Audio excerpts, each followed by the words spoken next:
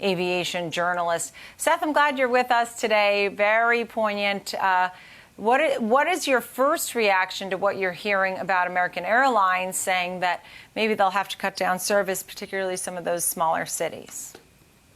No big surprise, Nicole, as the strings are no longer attached come October 1st. Perhaps when it comes to layoffs and furloughs, we'll see, depending here on if there's any further aid to come. But even more certainly when it comes to the requirement to maintain service to a lot of airports, with the DOT having indicated basically that those requirements are probably going to go away no matter what. And so if you're going to have smaller airlines, and that's just the reality that there's not as much demand in the marketplace as there is for all the service that exists right now because of the strings that have been attached, then airlines are going to have to cut somewhere. And it makes sense that not only would they be looking at perhaps cutting jobs if that string is no longer attached, but also just which are the least profitable markets. And for a giant airline like American, sure, there could be a few dozen cities that don't make the cut anymore. Which airlines are best positioned right now for success for the next 12 to 18 months? Well, you'd have to look at the shorter haul airlines and especially the shorter haul airlines that were sort of in the best shape going into this crisis. So Southwest would be at the top of that list, right?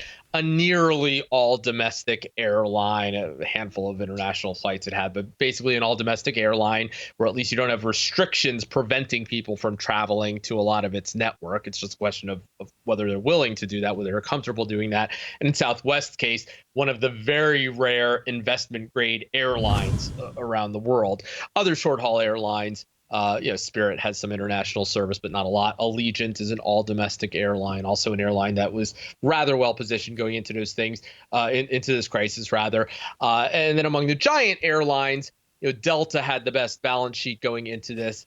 Then United and American would have been last among the big three, even though it's better positioned than plenty of airlines around the world, worse positioned than some of these other U.S. airlines. On the other hand, American does at least have, as a percentage of its total network, the least international exposure. Delta and United worse off in that regard. Right. You know what I thought was interesting, too? The CEO of Southwest made some comments, breaking news today that we were watching, and saying that the company is, profitability is a challenge for this year. In fact, 1972 is what we're looking back to. So the CEO is saying that the airline's posting its first annual loss since the year 1972. That's tough to digest, isn't it? Yeah, a half century there nearly for Southwest Airlines. So when Southwest can't make money in an environment, we're talking about an airline that bounced back rather quickly after 9/11, for example, that made it through the financial crisis in rather good shape. It just tells you how tough it is for all airlines. The industry was in better shape going into this crisis, Nicole, than it was going into past crises. Problem is that the crisis is just so much worse. S&P pointed out yesterday, S&P ratings, that they said next year, 2021, traffic will probably be down something like 30 or 40%, which is an improvement over this year, something like 60 to 70%. And they noted that in the 6 months following 9/11, it was down like 12% globally. So that just tells you 9/11 was the old yardstick for, what's the worst thing that could possibly happen to this industry. This is so much worse than that was.